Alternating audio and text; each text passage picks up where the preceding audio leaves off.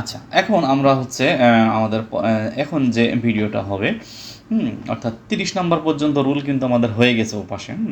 এখন 31 31 থেকে শুরু হবে। তো বলছে he is was television at the moment, আর এখানে বলছে they are play in the field now. কথা হচ্ছে আমি কোন নিয়মে করব, যারা পারবে তারা কমেন্ট বক্সে জানিয়ে দেবে, ঠিক আছে? আর যাদের একটু বুঝতে সমস্যা হচ্ছে আমি তাদের জন্য বলছি। কোনো সেন্টেন্সে যদি এই শব্দগুলো থাকে, এই যে now, at present, at this moment, day by day, gradually, তাহলে সেটা হবে প্রেজেন্ট কন্টিনিউয়াস টেন্স। কী বললাম? Present continuous tense. অর্থাৎ এই শব্দগুলো যদি তোমরা কোথাও কোনো সেন্টেন্সের ভিতরে দেখতে পাও, তাহলে সেটা হবে কোন টেন্স? প্রেজেন্ট কন্টিনিউয়াস টেন্স, তাই তো? তাহলে এইখানে দেখো আমরা পেয়ে গেলাম অ্যাট দিস মোমেন্ট, এই একটা, তাই তো? আবার এপাশে হচ্ছে নাও। তাহলে এই জিনিসগুলো দেখে আমাদের বুঝতে হবে যে এটা প্রেজেন্ট কন্টিনিউয়াস টেন্স হবে। তাহলে যদি প্রেজেন্ট কন্টিনিউয়াস টেন্স হয়, তাহলে আমার এখানে কি হবে? তাহলে হবে হচ্ছে হি ইজ ওয়াচিং, তাই না? আইএনজি যোগ হয়ে যাবে, এই যে আইএনজি যোগ করে দেওয়া জাস্ট, তাই তো? কারণ আমার প্রেজেন্ট কন্টিনিউয়াস টেন্সের গঠনে রয়েছে সাবজেক্ট এম ইজ আর, ভার্বের আইএনজি আমি এখানে দিয়ে দিলাম। আর এখানে দে আর প্লে, তাহলে এখানেও আমি আইএনজি দিয়ে দিচ্ছি, তাহলে হয়ে গেল, তাই না? কারণ আমি এটা নাও পেয়েছি এবং অ্যাট দ্য মোমেন্ট পেয়েছি, এই কারণে আমি এটা প্রেজেন্ট কন্টিনিউয়াস টেন্সে করলাম, এইটাই, আর কিছু না। পরে বলছে যে he has do the work, আর দে হ্যাভ ইট রাইস। কথা হচ্ছে হবে কি? তো আমরা সাধারণত জানি যে প্রেজেন্ট পারফেক্ট টেন্সে হ্যাভ হ্যাজ অথবা পাস্ট পারফেক্ট টেন্সে যে হ্যাড, তাই তো? সহজ কথা হচ্ছে হ্যাভ হ্যাজ হ্যাড, এদের পরে যদি কোনো ভার্ব আসে সেই ভার্বের পিপি হবে, মানে পাস্ট পার্টিসিপল হবে, হ্যাঁ, অর্থাৎ ভার্বের ৩ নাম্বার ফর্ম যদি বলি তাই। তাহলে এখানে আমরা হচ্ছে হি হ্যাজ, ভার্বের পাস্ট পার্টিসিপল হচ্ছে ডান, এটা। আর ইটেন, দে হ্যাভ ইটেন, ইএটিইএন, তাই না? এই যে এটা হচ্ছে ভার্বের past participle. Do did done, it at eaten, ঠিক আছে? ওই যে ৩ নাম্বার ফর্ম যেটা আমরা সেটাই কিন্তু নিছি। এরপর বলছে যে ৩৩ নম্বর আমাদের যে রুলটা সেখানে, আচ্ছা he has dash his lunch just now. আবার এখানে বলছে they have already come home. আবার এখানে হচ্ছে I have meet him recently. এটা আমরা কোন নিয়মে করব? যারা পারবে তাদের কাজ হচ্ছে কমেন্ট বক্সে মানে উত্তর দেওয়া, হ্যাঁ। ৩৩-এর এইভাবে ১ ২ ৩ দিয়ে তোমরা করতে থাকো। এখন আমাদের এখানে যে নিয়ম সেটা বলছে yet, just, just now, recently, already, lately, ever, এগুলো যদি থাকে তাহলে আমার প্রেজেন্ট পারফেক্ট টেন্সে এগুলোর উত্তর করতে হবে। এগুলো যদি থাকে তাহলে কি করব? আমরা প্রেজেন্ট পারফেক্ট টেন্সে উত্তর করব। আচ্ছা, তো প্রেজেন্ট পারফেক্ট টেন্সে যদি করি তাহলে এখানে এটা অলরেডি করাই আছে, হি হ্যাজ টেকেন, যে টুক টেকেন ভার্বের ৩ নম্বর ফর্ম যেটা সেটা। আর দে হ্যাভ অলরেডি কাম, এই কাম তো আবার হচ্ছে যদি প্রেজেন্টও হয় আবার পাস্ট পার্টিসিপল হয়, তো এখানে আমরা ধরবো যে হচ্ছে ভার্বের ৩ নম্বর ফর্ম পাস্ট পার্টিসিপল যেটা সেটা। আচ্ছা, আর এখানে হচ্ছে আই হ্যাভ মিটের এটা আমরা দেবো ভার্বের পাস্ট পার্টিসিপল হচ্ছে মেট, তাই তো? একটা কেটে দিলাম, দিলে হয়ে গেল। আমরা কেন এটা পাস্ট পারফেক্টে করলাম, প্রেজেন্ট পারফেক্টে করলাম? কারণ এখানে আমাদের কিছু লক্ষণ রয়েছে, তাই না? এই যে রিসেন্টলি, এই যে অলরেডি, হ্যাঁ, অথবা এই যে জাস্ট নাও, হ্যাঁ, এইগুলো দেখে আমি বুঝবো যে এটা হচ্ছে প্রেজেন্ট পারফেক্ট টেন্সের লক্ষণ, ঠিক আছে? আর প্রেজেন্ট পারফেক্ট টেন্স যেহেতু, তাহলে এটা সাবজেক্ট হ্যাজ ভার্বের 3, তাই তো? সাবজেক্ট হ্যাজ ভার্বের 3, এই অলরেডি তো আবার অ্যাড ভার্ব, হ্যাঁ। আচ্ছা,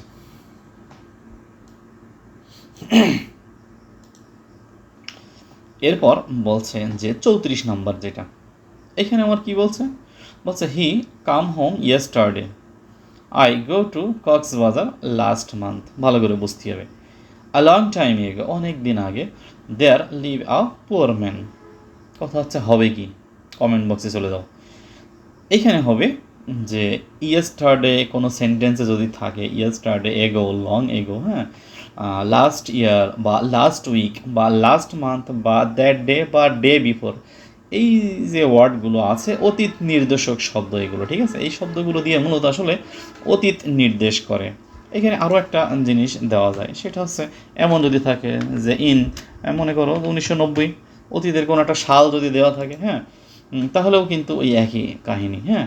অর্থাৎ এরকম যদি দেওয়া থাকে তাহলে সেটা হবে পাস্ট ইনডিফিনিট টেন্স। তাহলে পাস্ট ইনডিফিনিট টেন্সের গঠন আমরা কি জানি? পাস্ট ইনডিফিনিট টেন্সের গঠন হচ্ছে সাবজেক্টের পরে ভার্বের টু বসে, হ্যাঁ। এখানে তো কাম প্রেজেন্ট, তাহলে আমরা এখানে দিয়ে দেবো কেম, হি কেম হোম ইয়েস্টারডে, তাই না? আচ্ছা, আই গো, এখানে গো হবে না যেহেতু আমার ভার্বের 2 নম্বর ফর্ম, মানে গো এর 2 নম্বর ফর্ম কি? ওয়েন্ট, তাই না? গো ওয়েন্ট গন, আর দে আর লিভড, তাই না? এখানে আমি দেবো একটা, এই যে এইটা দিয়ে দিলাম, হয়ে গেল। আচ্ছা, তো তাহলে আমি এটা কেন হচ্ছে পাস্ট ইনডিফিনিট টেন্সে নিয়ে আসলাম? কারণ আমি দেখছি এখানে ইয়েস্টারডে রয়েছে, তাই না? এখানে যে লাস্ট মান্থ, গত মাসে রয়েছে, আবার এখানে দেখছি যে হচ্ছে এই যে লং টাইম এগো, অনেক দিন আগে, তাই তো? এগুলো হচ্ছে অতীত নির্দেশক শব্দ, অর্থাৎ এইগুলো দিয়ে আমরা অতীতকালে ফিরে যাই, এটা অতীতকে নির্দেশ করে। এই জন্য আমি এটা পাস্ট ইনডিফিনিট টেন্সে নিয়ে আসছি। আচ্ছা, এখন বলছে যে you need to do the work in time. In time মানে সময় মতো, তোমার প্রয়োজন কাজটা সময় মতো করা। আবার এখানে বলছে he went to the market, সে মার্কেটটাতে গিয়েছিল টু বাই এ শার্ট। এখানে আমি কোন নিয়মে করব? প্রিয় শিক্ষার্থী কমেন্ট বক্সে। তো এখানে আমি করব হচ্ছে যে সাধারণত টু এর পরে, হ্যাঁ, টু এর পরে ভার্বের প্রেজেন্ট ফর্ম বসে, অর্থাৎ ভার্বের ওয়ান, 1 নাম্বার ফর্ম যেটা, সেটা টু এর পরে, প্রিপোজিশন টু এর পরে কিন্তু ভার্বের এই বেস ফর্ম বসে, বা 1 নাম্বার যে প্রেজেন্ট ফর্ম যেটা বলি না কেন সেটা, এটা বসে। তো এখানে আমাদের ভার্বের তো 1 নম্বর ফর্ম দেওয়াই আছে, তাই না? ডু এবং বাই, এটা কিন্তু ভার্বের 1 নম্বর ফর্ম বা প্রেজেন্ট ফর্ম, যাই বলি না কেন। তাহলে এটাই থেকে যাবে এখানে, এখানে আর আমাদের কোনো কিছু পাল্টানো লাগছে না। আচ্ছা, এখানে একটু দেখি, এইখানে যে রুল 35, ভালো করে দেখো, রুল 35 যে টুর পরে যে আমি হচ্ছে এই ডু বসালাম, ভার্বের প্রেজেন্ট ফর্ম বসালাম, এখানে টুর পরে যে বাই বসালাম, এইটার নিয়মটা জাস্ট আমি এইখানে আরেকবার দেখিয়ে দিয়েছি যে টু এর পরে সবসময় ভার্বের প্রেজেন্ট ফর্ম বসে, এইটা ঠিক আছে। এটা কিন্তু আলাদা কোনো বিষয় না, এটা হচ্ছে আগের স্লাইডের যে মানে ব্যাখ্যা আর কি। এই যে এইটা, এটা 35 নম্বর স্লাইড, হ্যাঁ। পরে আবার হচ্ছে আমি আরেকটা স্লাইডে এইটা দেখাই দিলাম জাস্ট, যে টু এর পর্বে ভার্বের প্রেজেন্ট ফর্ম বসে। এখন থেকে একটু এরকম দেখাই দিলাম মনে করো ব্যাখ্যা করে, হ্যাঁ। তো 36 নম্বর এখানে আমাদের বলছে কি? বলছে যে he do the work for 2 hours. আবার এখানে বলছে ইউ ট্রেইন সিন্স মর্নিং। এইখানে আমাদের কাজ আছে, এখানে এই যে সিন্স এবং ফর, সিন্স এবং ফরের পরে, এই যেখানে ফরের পরে দেখো একটা টাইম আছে, হ্যাঁ। সিন্স এবং ফরের পরে একটা টাইম আছে, সকাল 2 ঘন্টা একটা টাইম, সকাল একটা টাইম। তো এখানে নিয়ম হচ্ছে যে সিন্স বা ফরের পরে যদি টাইম থাকে তাহলে সেটা হবে প্রেজেন্ট পারফেক্ট কন্টিনিউয়াস টেন্স। এই যে এখানে লেখা আছে, কোন টেন্স হবে? প্রেজেন্ট পারফেক্ট কন্টিনিউয়াস টেন্স হবে যদি সিন্স এবং ফরের পরে সময়ের উল্লেখ থাকে। এখানে 2 ঘন্টা সময়ের উল্লেখ রয়েছে। এখন আমি এইটা না হয় জানলাম, এখন আমি কি প্রেজেন্ট পারফেক্ট কন্টিনিউয়াস টেন্স জানি? যদি জানি তাহলে আমি পারবো, না জানলে পারবো না, ঠিক আছে। তো আমি এখানেই লিখে দিচ্ছি যে হি হ্যাজ, তাই তো, সাবজেক্ট হ্যাভ হ্যাজ, এরপর একটা বিন বসে, বিন, এরপর ভার্বের আইএনজি বসে, হ্যাঁ। তো ভার্বের আইএনজি কোনটা? বা ডু যদি থাকে তাহলে আমি এখানে আইএনজি করে দিলাম, এই যে he has been doing the work for 2 hours, তাই তো, সে 2 ঘন্টা ধরে কাজটি করছে। আবার আমি এইখানে বলছে সকাল থেকে বৃষ্টি হচ্ছে, তাহলে ইট হ্যাজ, হ্যাঁ। এখানে যদি সাবজেক্ট না থাকে তাহলে কিন্তু সাবজেক্ট ইট ধরে নিতে হয়, হ্যাঁ। এখানে একটা বিষয় আছে, ইট হ্যাজ, তাহলে B double N, been raining, তাই তো। এই যে রেইন তো দেওয়া আছে, আমি জাস্ট আইএনজি দিয়ে দিলাম, এই হয়ে গেল, it has been raining since morning. এখন এখানে কথা হচ্ছে যে আমি সিন্স বসাবো কখন, ফর বসাবো কখন, তাই না? আচ্ছা, তো ফরটা আগে আমি ইয়ে করে আসি, সেটা হচ্ছে ফর বসে মূলত period of time, PERIOD, period of time, হ্যাঁ। আর এইখানে সিন্স বসে মূলত POINT, পয়েন্ট অফ টাইম, হ্যাঁ। তো পিরিয়ড অফ টাইম এবং পয়েন্ট অফ টাইম, এটা আবার কি? পিরিয়ড অফ টাইম মানে হচ্ছে নির্দিষ্ট একটা পিরিয়ড, সেটা 2 ঘন্টার একটা পিরিয়ড সময় সেটা। আর পয়েন্ট অফ টাইম মানে কখন থেকে হচ্ছে, এরকম। আরও যদি সহজ করে বলি, পিরিয়ড অফ টাইম মানে এখানে একটা সংখ্যা দেওয়া থাকবে, 2, 4, 5, 7 এরকম দেওয়া থাকবে, ঠিক আছে।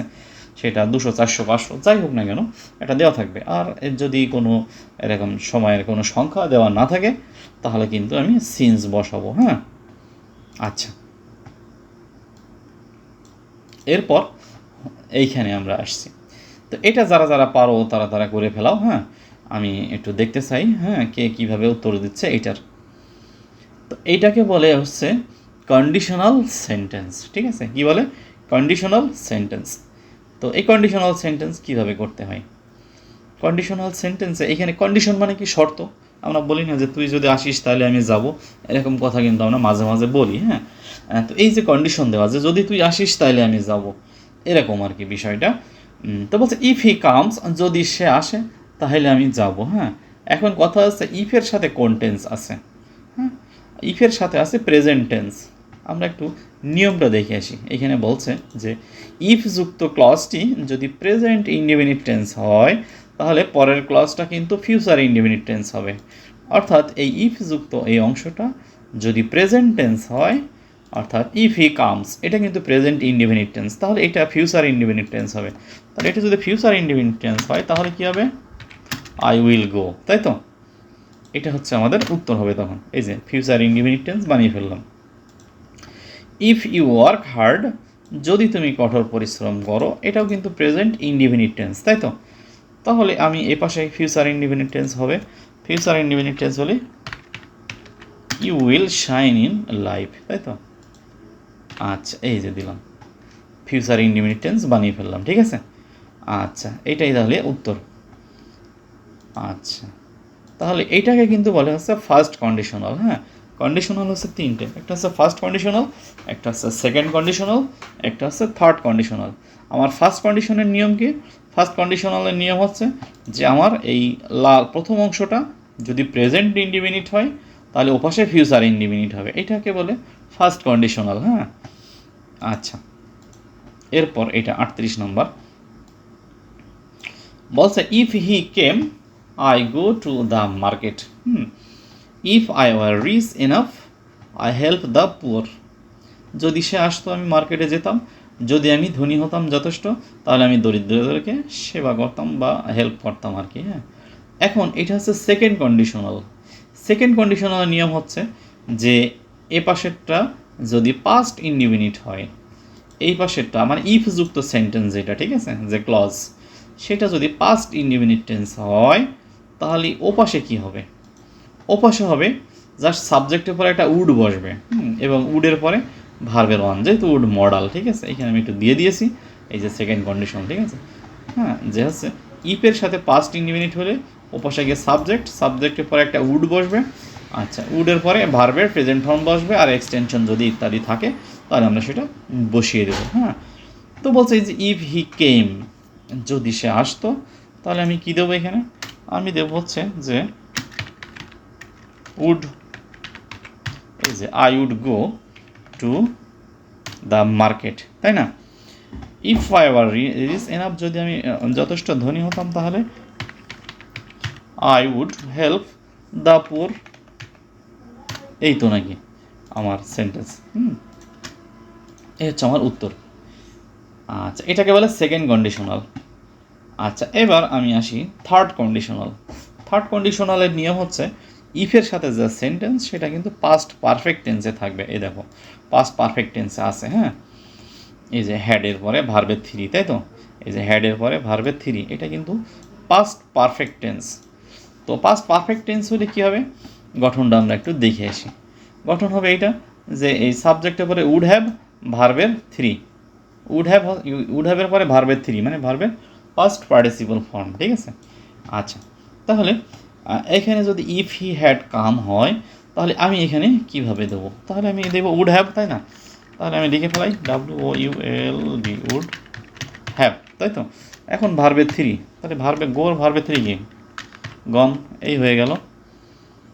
আচ্ছা, এখানেও তাই, তাহলে এখানে আমি দেবো ইউ উড হ্যাভ, তাই না? WOULD, উড হ্যাভ রিচ, তাহলে আমি দিয়ে দিলাম ইডি, তাই তো?